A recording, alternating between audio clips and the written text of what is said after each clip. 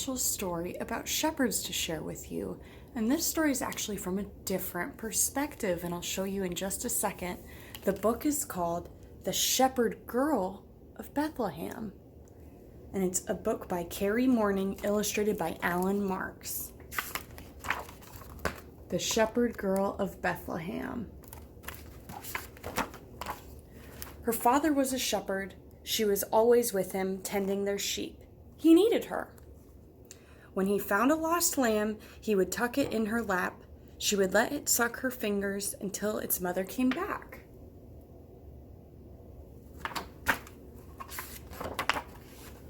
When she sheared the sheep, she would gather up the fleece and stuff the big sacks until they were full and bouncy. And sometimes while her father dozed on the hill, she would tend the flock all by herself until he woke up and called, "Where's my little shepherd girl?"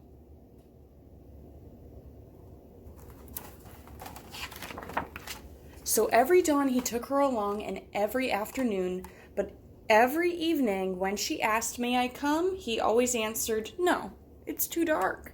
And he kissed her and sent her to bed. From her window she watched him striding away up the hill and on into her dreams.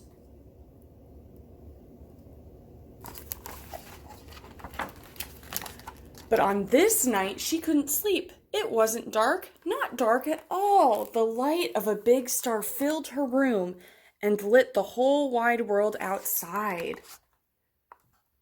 See the bright star? So up she got and out she went into the big bright night alone. She knew the way, on through the deep grass, whispering wish, up through the olive groves, up and up. At last she reached the flock. "Papa, Papa," she called, but only sheep answered, "Ma, Ma." She ran up the slope. "Papa, Papa," she called, but only the wind answered, "Shh, shh."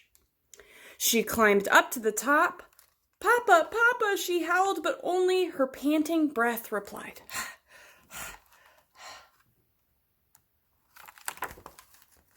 Then she saw him far, far beyond the track in the starlight. He was hurrying off with a small band of shepherds.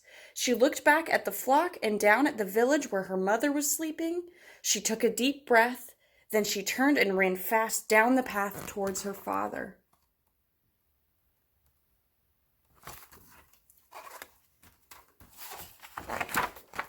She leaped over shadows. She ducked under boughs. She hiked up her skirt, and the dust flew behind her. She followed them on and on through the bright night, across the hills, beyond the inn, and out into the stable, beneath the glimmering star.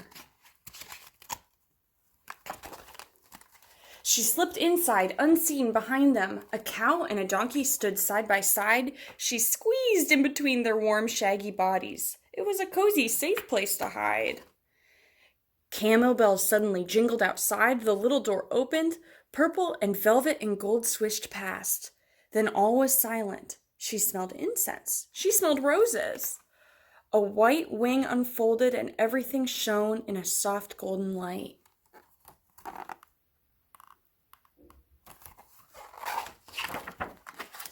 But where was her father? She peeked out and whispered, "Papa?" Kings and shepherds then turned around. They bent down smiling. They took her small hand. They ushered her forward gently.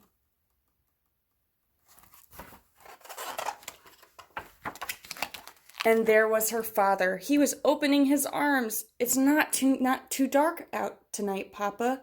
Not dark at all." "You're right," he whispered. "Come, here is the light."